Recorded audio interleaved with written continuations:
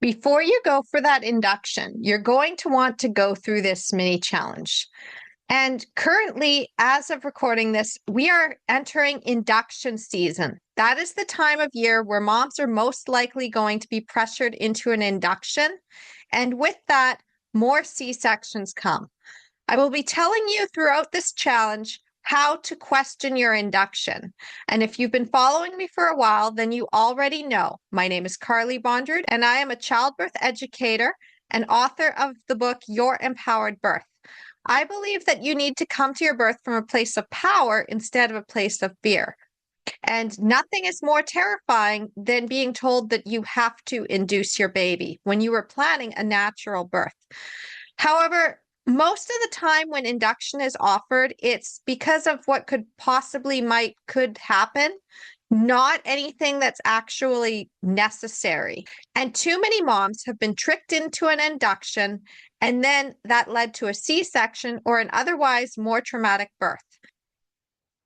Now, there can be a positive induction when it is chosen freely and when you can control the process. However, that is not the case if you are coming to your birth from a place of fear. So the aim of this mini challenge is going to help you to come to your birth from a place of power so that when induction is offered, as it's more likely to happen during this time of the year, you are not going to be caught off guard.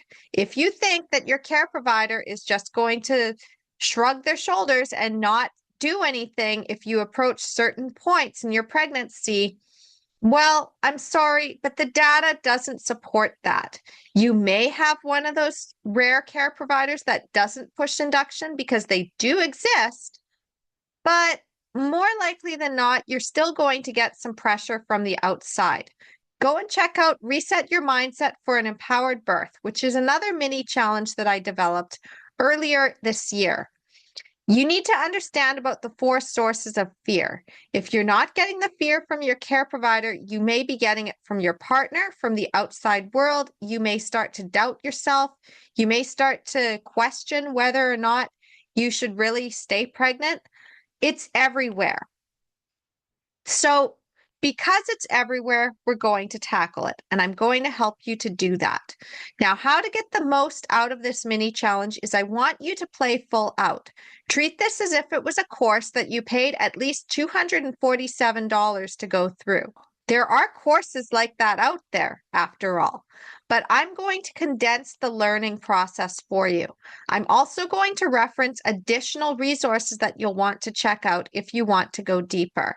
And as always, I have 3 paths to empowered birth. This is a technical self-study course. So you're going to have some action steps to take, and I'm going to suggest that you take those journal prompts and you really take this seriously. Treat this as if you had paid for it, because I'm going deep into what you need to know to avoid an induction. I'm also going to have this challenge be a lot shorter than typical challenges. And the reason for that is because I've already done the groundwork. You can check out some other resources that I've already created, including the Write Your Empowered Birth Plan mini challenge, the Reset Your Mindset for Empowered Birth mini challenge, as well as the deep dive master classes on induction.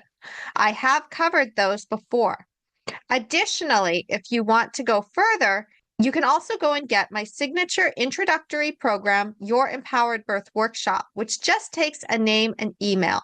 And of course, there's my book, Your Empowered Birth. So those are the paths that I would suggest you take, because premium coaching, I don't work with everyone who comes to me. I'll tell you more about that later into this program, and I will be referencing that. But for now, here is the introduction to the Question Your Induction mini challenge. First of all, you may be asking, Carly, how do you know so much about induction when you were never induced? Well, if you have been following me for a while, then you already know my story. You know that at one point I was facing an induction and I turned it down. If you aren't familiar, you can check out my other videos or read chapter 3 of my book, Your Empowered Birth, which is titled A Harsh Lesson. Essentially, what happened is I was planning a home birth, and at the end of my pregnancy, I was measuring smaller for dates. Now, this then led to the healthcare providers telling me that I could no longer have a home birth like I wanted. They also told me that I'd possibly need to be induced. However, because of a certain mindset that I had, that I was coming to birth from a place of power, not a place of fear, and because of the deep psychology I understood about the medical system and what I was seeing, I had also been like, this is something that might possibly maybe happen, but it's not likely to happen. So I'm not going to induce unless there's actually a complication. And at that point, I didn't have that. I'll tell you more about that deeper into the program, how to tell the difference. And I'll also reference other things that you're going to want to check out for that deeper dive. So I do know the stress that can happen when you're facing that induction. And I do understand about trying to get into labor before that looming induction date. That's why with the empowered birth method, I take that stress off of my clients. And when I'm coaching them, I'm usually asking them strategic questions that are designed to get them out of their fear so they realize, oh, wait, I can question this induction. I don't have to do it just because they said. So this mini challenge is basically going to be me coaching you without me actually coaching you. And if you have any questions, you can always put those in the chat. Okay? So now that you know a little bit about my story, and again, inside of my book, Your Empowered Birth, you can read the whole thing. I'm also going to tell you about books that I'm going to be referencing while we are going through this mini challenge. The first one on my list is Why Induction Matters by Rachel Reed. This is one of the first induction books I ever received when I was getting my library together for empowering moms. This is also the book that I recommend to all of my clients. In fact, Jenny herself received a copy of this book for her birthday before she had her empowered birth with her second baby. I gave it to her. After all, she is my best friend. This is also a really informative book that tells you about the different complications and variations of pregnancy. And I will be getting more into that as we go through this challenge. If you do not have this book in your possession, I highly, highly suggest that you go and get it. It is available on Amazon. You can also go and get the ebook version if you aren't sold on having a physical copy. Although I prefer to have a physical copy in my possession because, as you can see, I have a whole bunch of tabs that tell me where to go and get more information. This is an easy reference for me to look up whenever I'm looking at the different risks of complications. Additionally, another thing that Rachel Reed does very well is she brings in lived experiences of women who have gone through induction and lived experiences of women who declined induction, of varying complications and variations that came up in pregnancy. So this book is very well done. She also goes into the research, the data, the numbers. This is one that I'd highly suggest you get in your collection. In that same line, this new book that came out earlier in 2025 by Hensi Goer, Labor Induction, Why, When, and How, is another excellent resource. Hensi Goer and Rachel Reed have something in common in that they both understand the physiological birth side of things. But while Rachel Reed looks at more physiological birth in comparison to induction, Hensi Goer goes into the raw data and she's able to break down the statistics in a way that actually helps you understand what you're reading. In fact, she even references about the excess of risk, and she goes into telling you how to understand that medical research. She also asks a question that Rachel Reed did not ask inside of Why Induction Matters, which is about the 39-week induction, also known as the ARRIVE trial. So Hensi Goer covers that inside of this book, Labor Induction, Why, When, and How. And I myself had the privilege of being able to review this book and read it in advanced copy because of the fact that I am in the birth industry and I knew that this book was going to be revolutionary, and it is. And I'd highly suggest you go and pick up a copy of this one as well for your collection. Finally, this one's a little bit more clinical and dense to read. So if you are a birth worker, you may appreciate this a lot more than if you are a mom trying to avoid induction. But I'm also going to be referencing from In Your Own Time by Dr. Sarah Wickham, because this one also goes into the numbers and the data and has the physiological lens and looks at the different risks of complications. Sarah Wickham has also said she does not like that medical professionals will cherry pick information just to push moms into induction. She's all about informed consent, which inside of this challenge, you're going to learn more about. So the structure of this challenge basically is going to be that over the next few days, you're going to get a series of videos. And if you are following along with that schedule, then you'll be able to go through one per day. If you are not, you have options. You can either binge watch the videos as a whole and then go through the whole challenge in one day. You can also choose to do one video per day, or you can even do one video per week if you have more time. This challenge is designed to help you whether you are being booked for an induction next week or tomorrow, or whether you're thinking, I don't want to induce, but my care provider is kind of induction happy, and they say that if I go past X number of days, that I'll have to be induced, or if you're just curious and want to know your options. So essentially what this is I'm going to make these videos very compact. I'm going to give you the chance to go for a deeper dive. I'm going to reference from those 3 books I mentioned. And then in addition to that, if you want to take other steps, if you have any questions, you can always put those inside of the comments. I do read those. So the structure that I'm going with, and I actually have my little notebook here, is that first of all, I've done the introduction. I've told you how this is going to go, and you're going to get the first video right after this one in our playlist.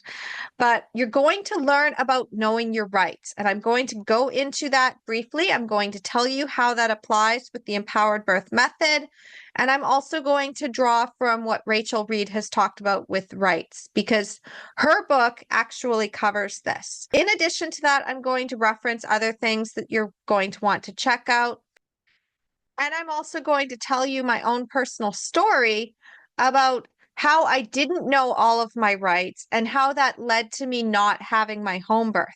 In addition to that, Christine, who you've read about inside Your Empowered Birth, if you've been following me for a while, or if you've seen her interview with the unplanned home birth after cesarean, Christine didn't know her rights either. And that is what led to her getting an induction.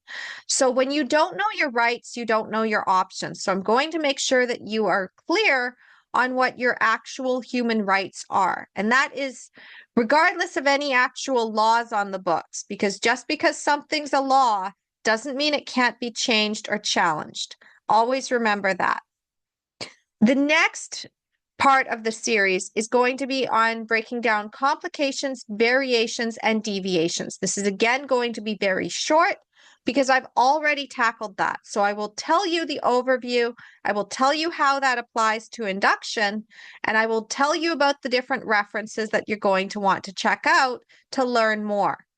So again, you need to know, is this actually an emergency or can we wait? Before we even think about doing brain, which is the benefits, risks, alternatives, intuition, now or nothing, we really need to flip that on its head.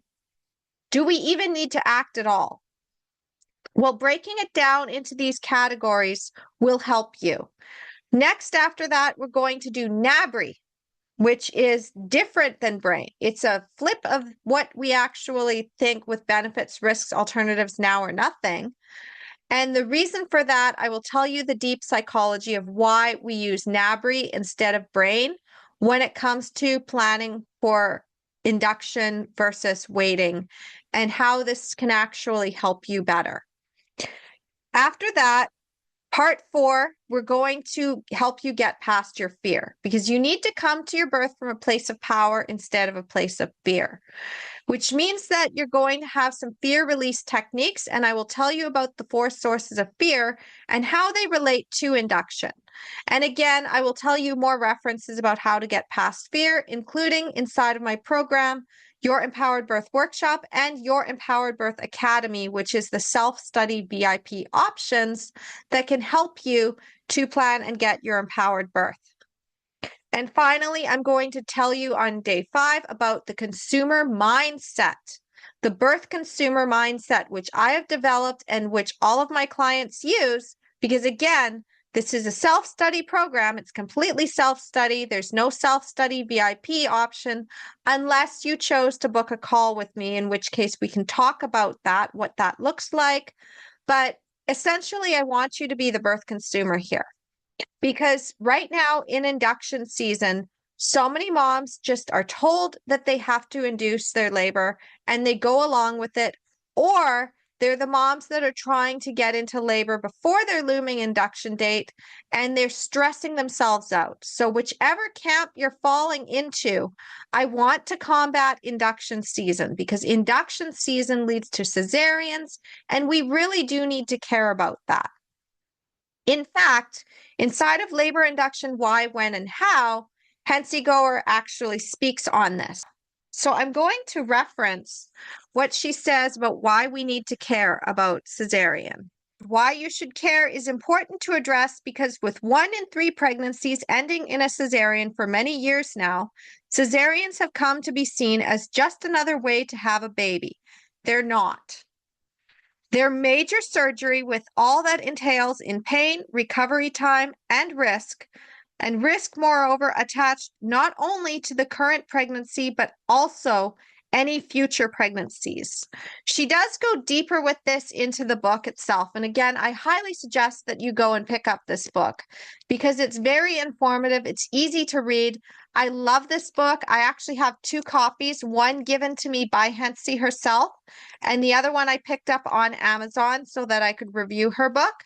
And I'm already going through this again after reading it once over to add my notes. So as you can see, I've already started with my notes and there will be more in the future as I reference through this book.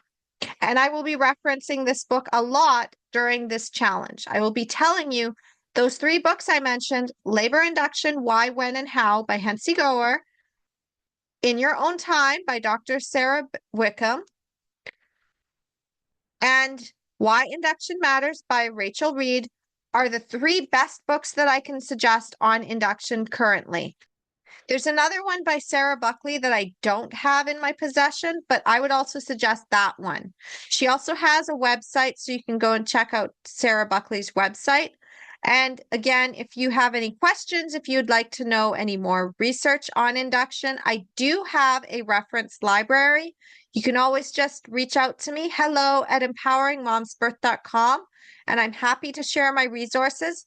Information is free, and I only charge for access to me.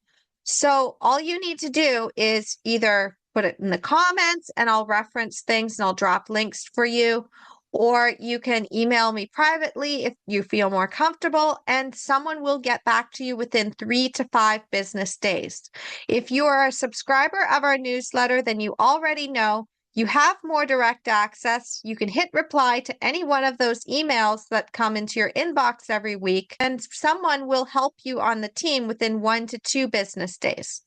Okay, so that's pretty much the format of what we're going to be doing over the next few days. So it's going to be 5 days in total. The first day is going to start right after this introduction. And what I want you to do is just promise me you're going to play full out and treat this as if you had paid $247 to be here, because I'm going to be giving you my Empowered Birth secrets. I'm going to be giving you references to other things you're going to want to check out. And I'm going to make sure that you are able to question your induction. As is the season and as is every year, I always create a resource to question your induction, because induction season is upon us and we need to be proactive this year. All right, so thank you so much for watching. Have a happy Empowered Birth journey, and I will see you in the next video. Namaste.